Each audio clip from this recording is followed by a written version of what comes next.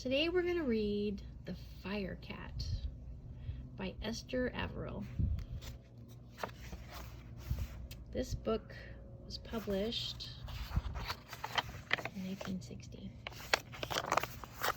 It has chapters.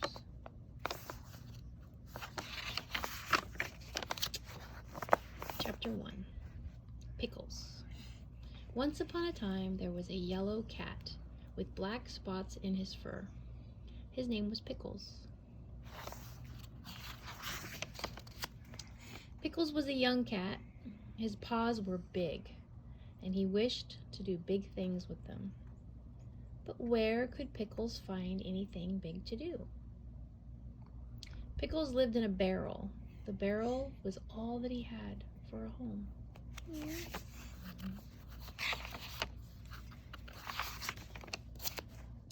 Pickles' barrel was in an old yard where there was nothing big to do. So what did Pickles do? He ran after little cats. He ran after every little cat that came into the yard, and he chased the little cat out of the yard. This was a bad thing, but it was all that Pickles could find to do. In here, little barrel.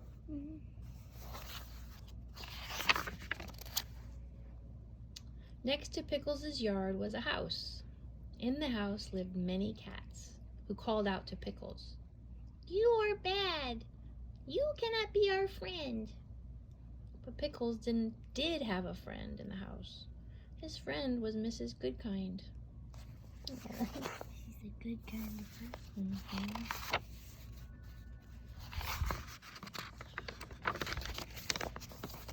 Every day, Mrs. Goodkind came into the yard and gave Pickles something to eat. One day, Mrs. Goodkind said, "Pickles, you are not a bad cat. You are not a good cat. You are good and bad and good. You're mixed up.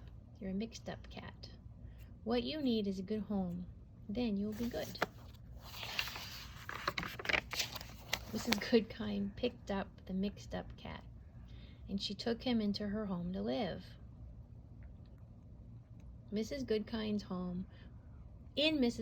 home, there was a pretty chair for Pickles to sit on. There were toys for him to play with.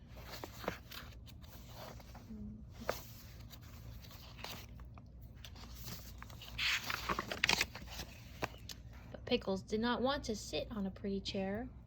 He did not want to play with toys, so he ran back to his barrel in the yard, and he began to chase the little cats again.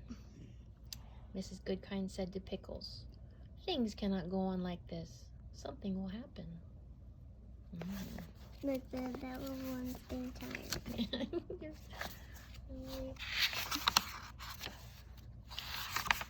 You can help me turn these pages. The next day, Pickles chased a little cat up an old tree. He climbed after her. Pickles sat in the tree near the little cat. He would not let her climb down.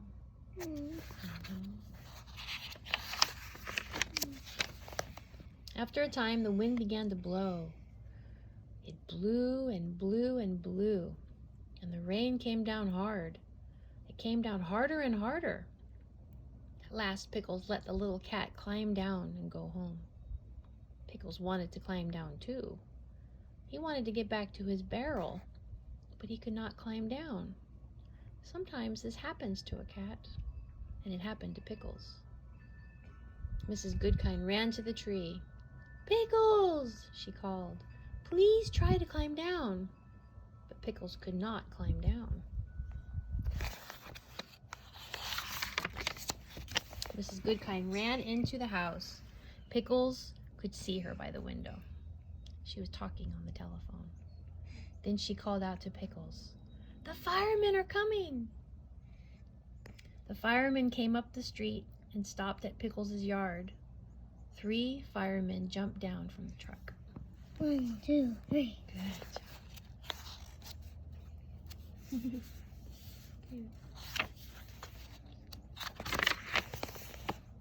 Mrs. Goodkind came out of her house.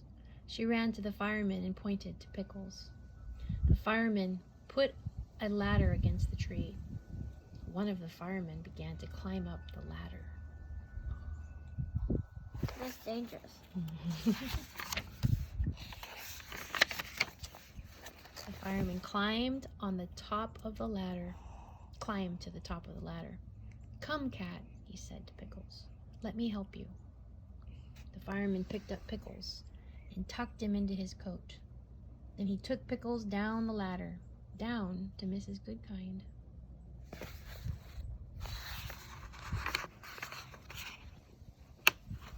It got wet, huh? That's why it's so hard to climb. "Mrs. Goodkind," said the fireman. "Oh, Mrs. Goodkind," said the fireman. "Is this your cat?" "No, Joe," said Mrs. Goodkind. "Pickles has no home, and he does not want to live with me." "Why?" asked Joe. Mrs. Goodkind answered, "My home is too little for Pickles. Pickles is a cat who wishes to do big things, and someday he will do them. Look at his paws." I love this. Pickles put out a paw for Joe to see. "My goodness, Pickles," said Joe. "What big paws you have." Pickles looked at Joe and said the one word he could say, "Meow." And Joe could see that Pickles wanted something very much. Joe gave Pickles a pat. "Pickles," he said, "I will take you to our firehouse. Maybe our chief will let you stay."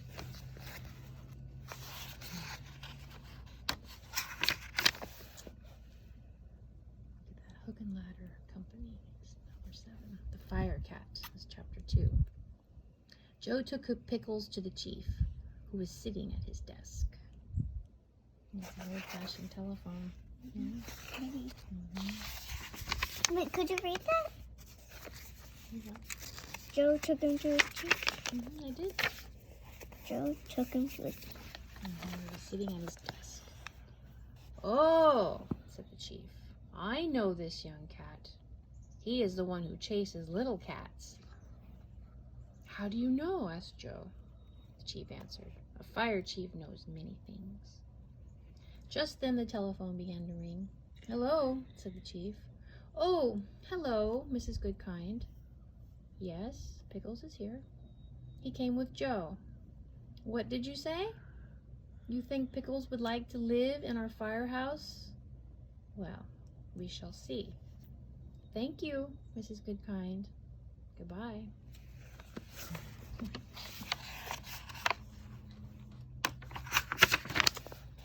The chief looked at Pickles and said, "Mrs. Goodkind says you are not a bad cat, and Joe likes you. I will let you live here if you will learn to be a good firehouse cat." Pickles walked quietly up the stairs after Joe. I think he's walking quietly. Because he wants to be a good cat. Joe and Pickles went into a room where the firemen lived. The men were pleased to have a cat. They wanted to play with Pickles. But suddenly the fire bell rang. All the firemen ran to a big pole, and down they went. The pole was the fast way to get to their trucks. Pickles could hear the truck start up and rush off to the fire. Try to slide down this pole, yeah? Gently. As fast as I can. Let's see. Pickles said to himself. "I must learn to do what the firemen do. I must learn to slide down the pole." He jumped and put his paws around the pole. Down he fell with a bump. Ouch. That was a tail. "Bumps or no bumps, I must try again," said Pickles. Up the stairs he ran. Down the pole he came and bumped. He tried again and bumped. By the time the firemen came back from the fire, Pickles could slide down the pole. "What a wonderful cat you are," said the fireman. The chief did not say anything. Why? What do you think, Angela? Thinking he's like, I don't know about this cat yet. Pickles said to himself, "I must keep on learning everything I can. So he learned to jump up on one of the big trucks.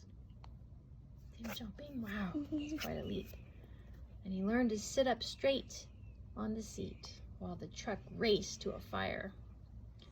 "What a wonderful cat you are," said the fireman. The chief did not say anything. Pickles said to himself, "Now I must learn to help the firemen with their work." At the next fire, he jumped down from the truck. He ran to the big hose, put his paws around it, and tried to help the fireman shoot the water at the flames. "What a wonderful cat you are," the fireman said. The chief Didn't say anything.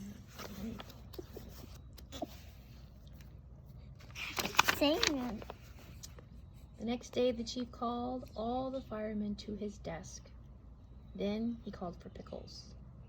Pickles did not know what was going to happen. He said to himself, "Maybe the chief does not like the way I work. Maybe he wants to send me back to my old yard." But Pickles went to the chief. At the chief's desk stood all the firemen and Mrs. Goodkind. So that's good. He's smiling too, yeah?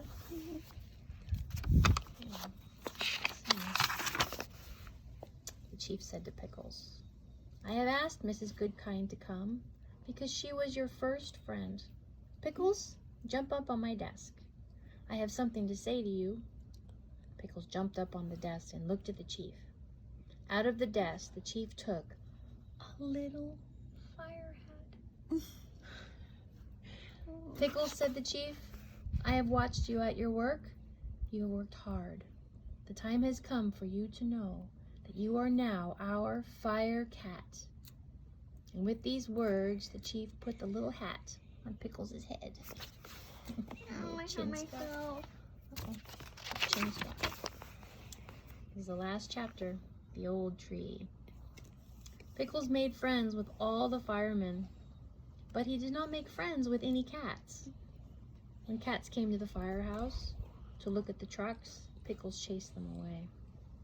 The fire chief called Pickles to him and said, "A fire cat must be kind to everyone. You must be good to other cats." Little by little, Pickles learned to be good to the cats he met. He made friends with them, too. Then all the cats loved to come to the firehouse. On rainy days, most cats stayed at home, and Pickles sat upstairs with the firemen. One rainy day, as he sat there, he thought to himself, "How bad I was when I chased the other cats. Once I chased a little cat up a tree. Oh, me. Oh, my. Why did I do that?" Suddenly, Pickles heard the chief call out, "Cat in the tree!" Fireman Joe and two other men slid down the pole. Pickles slid down after them. He heard the chief say, "The tree is in the old yard next to Mrs. Goodkind's house." "Oh," thought Pickles, "that's the yard where I lived, and that's the tree." Pickles jumped up on the truck with the three firemen. Sitting there. 1, 2, 3. And they're still riding. Away they rode to the yard, and there, in the wind and the rain, stood Mrs. Goodkind, pointing to a very little cat. The firemen put a ladder against the tree. The ladder scared the little cat, and so she ran to a higher branch where a fireman could not go. Joe said to Mrs. Goodkind, "I don't know what to do." But Pickles knew. He began to climb the ladder. How?